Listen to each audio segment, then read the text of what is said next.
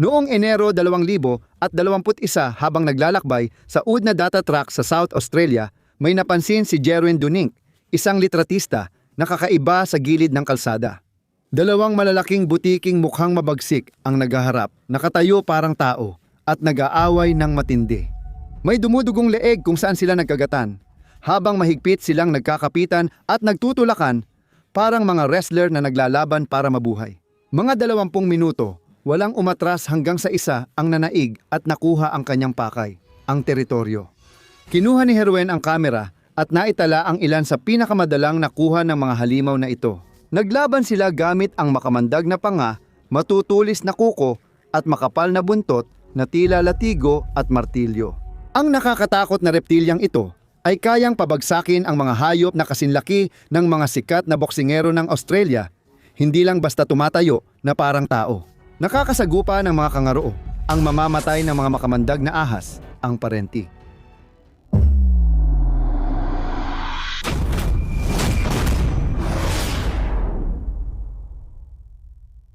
Ang Varanus giganteus, na mas kilala bilang parenti, ang pinakamalaking nabubuhay na uri ng bayawak sa Australia. Ang siyentipikong pangalan nito ay mula sa genus na Varanus. Ang giganteus, ibig sabihin ay higante sa Latin, ay paliwanag na. Namumuhay ng maayos ang mga halimaw na ito sa tuyot at mapanirang Australia. Mula sa mabatong burol at matitigas na lupa hanggang kanluran, timog, hilaga at malalawak na tanawin ng Queensland.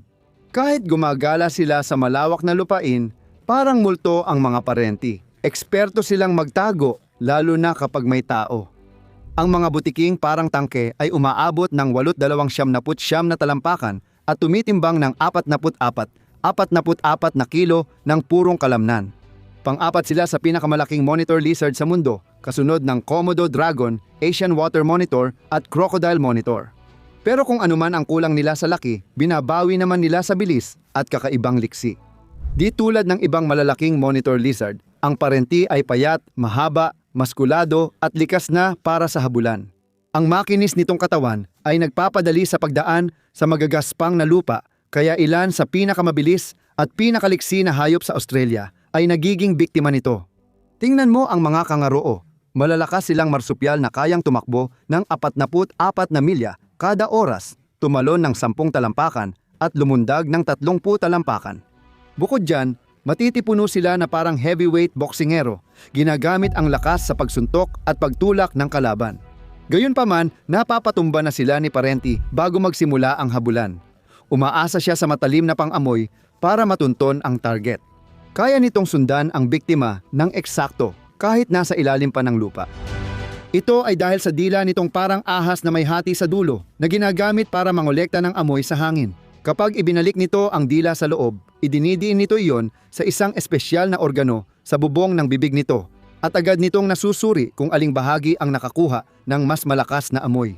Ganoong kasimple, alam na niya agad ang direksyon na pupuntahan. Ang dilaw nilang kaliskis at katawan ay tumutulong sa kanilang magtago sa tuyot at batong paligid habang nag-aabang umatake. Kapag umatake sila, walang awa o pag-aalinlangan sa habulan. Malalaki ang daanan ng hangin at leeg nila, parang high-powered intake valve na humihigop ng maraming oxygen. Pinapayagan silang tumakbo ng todo nang hindi nauubos ang lakas. Hindi man sila kasing bilis ng kangaro, hindi naman nila kailangan iyon. Tuloy-tuloy silang tumatakbo hanggang mapagod at bumagsak ang biktima. Mas nakakatakot, hindi lang sila laging 4 na paa kung tumakbo.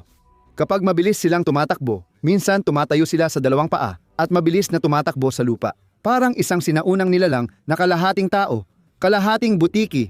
Ang mga sinaunang paniniwala ng relihiyong Aboriginal ay nagsasalaysay tungkol sa isang mahiwagang nilalang na tinatawag na Ningtaka o Ningtaku na isang parenti na butiki sa anyong tao. Ang nakakakilabot na tindig ng parenti sa 2 paa ay konektado sa alamat, hindi lang sa paghabol ng biktima, kundi pati sa mga parentis at ibang monitor lizard. Kahit ang mas maliliit na butiki ay minsan tumatakbo ring gamit ang 2 paa kapag tumatakas sa panganib o nagmamasid sa kanilang paligid. Dahil ang karaniwan nilang mababang tindig ay maaaring maglimita sa kanilang paningin, paminsan-minsan ay tumatayo sila sa kanilang mga hulihang paa para sumilip sa ibabaw ng matataas na damo, bato o anumang hadlang sa kanilang daraanan. Pag nakita na nila ang pakay, pwede silang bumalik at lumapit. Kapag nahuli ang biktima, pumapasok ang makamandag na laway sa dugo at mabilis na nagpapababa ng presyon.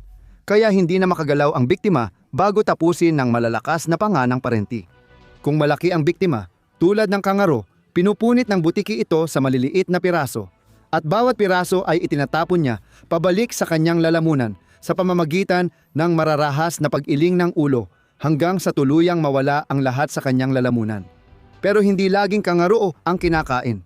Kapag marami ang grupo o naamoy ng kangaroo ang panganib, mabilis itong makatakas sa parenti.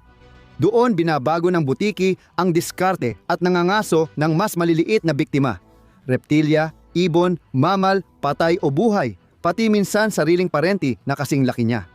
Hinahabol pa nila ang dingo, ang tanging katutubong aso ng Australia na kilalang mandaragit ng ibang monitor lizard. Hindi pa kasama dyan, wala silang problema sa pakikiharap sa ilan sa mga pinakanakamamatay na ahas sa kontinente.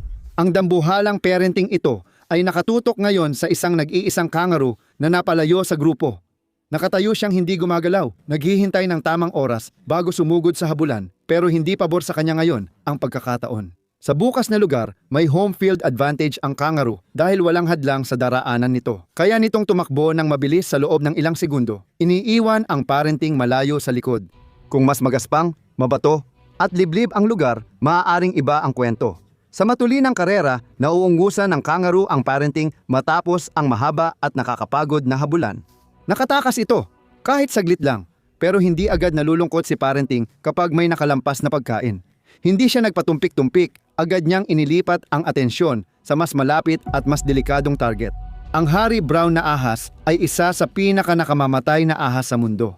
Kayang maglabas ng isang kagat ng 100 at 50 milligrams ng lason, 7 beses na mas marami kaysa sa tiger snake ng Australia at higit pa kaysa karaniwang dosis ng black mamba. Pero si parenti, walang pake. Sa libu-libong taon ng ebolusyon laban sa mga ahas, naging immune po na siya sa lason nila.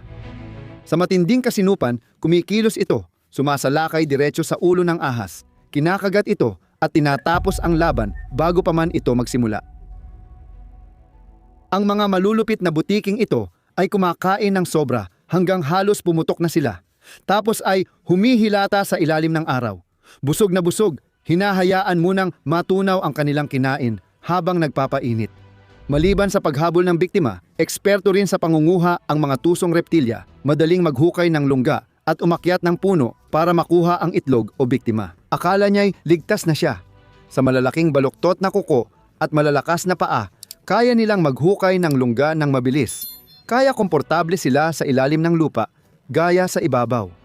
Hindi lang sila sa lupa, mapanganib din si Parentes sa tubig gamit ang balingkinitang katawan at patag na buntot para lumangoy sa agos.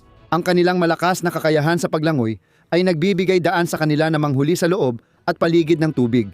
Dahil sa mababa nilang metabolic rate, kaya nilang manatiling nakalubog ng hanggang 1 oras bago kailanganing umahon para huminga. Pagdating naman sa mga tao, hindi sila gaanong banta dahil sa likas nilang pagiging mailap kaya malayo sila sa mga mataong lugar. Mas gusto pa nilang umiwas sa gulo kaysa magsimula nito. Noong sinaunang panahon, hinuhuli sila para gawing pagkain at ginagamit ang kanilang taba para sa mga gamot at seremonyal na layunin. Habang kumokonti ang mga aboriginal sa disyerto ng Australia, unti-unti ring nawawala ang tradisyong manghuli ng dambuhalang butiki tuwing tag-init at tagsibol. Nagkakasalubong ang mga parentis habang nagsasagupaan ang mga lalaki sa mabagsik at madugong laban ng wrestling para makuha ang teritoryo at karapatang makapareha, at ang nagwawagi ay nakakamit ang dalawa kapag nanalo. Sinimula ng lalaki ang panliligaw sa babae sa pagsunod, pagkiskis ng ulo at leeg, at marahang pagdaan ng mga kuko sa likod ng babae. Paulit-ulit silang nagkakatalik sa loob ng ilang araw, hanggang sa mawala ng interes ang babae, at saka sila tuluyang maghihiwalay. Pakiramdam ko ay tinutukoy ako dito. Pagkatapos ng pagtatalik, nangingitlog ang babae, kadalasan ay mula 6 hanggang 12 sa malalalim na buhangin ng lungga o sa mga punso ng anay. Matapos ang halos 1 taon, lumalabas ang mga sisiw at mananatili sa ina ng ilang buwan bago maglakbay mag-isa sa kagubatan. Umaabot ng hanggang 40 taon ang buhay ng mga parentis. Sa ngayon, walang eksaktong bilang ng populasyon nila, pero malaki ito kaya ang parentes ay least concerned sa International Union for Conservation of Nature Red List.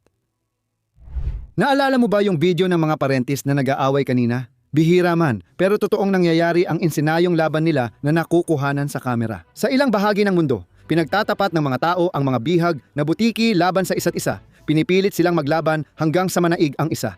Lahat ito para sa kompetisyon. At hindi dito nagtatapos iyon. May ilang tagapag-alaga pa nga na sinasadya talagang palakihin ang mga hayop para mas gumaling sila sa pakikipaglaban. Malinaw na illegal na e-sport ito, kaya kakaunti lang ang impormasyon tungkol dito. Pero hindi rin naman parang nagbibigay ng pahayag sa media ang mga parentes dito. Kaya siguro patas lang, hindi ba? Ewan ko, bahala na. Sa tingin mo ba dapat ipagbawal o payagan basta may mahigpit na regulasyon ang ganitong laban ng mga hayop? Hindi ibig sabihin na kapag may patakaran ay magiging maayos na agad. Pwede mo pa ring ilagay ang opinyon mo sa komento. Wala namang masama doon. Kita ulit tayo sa susunod.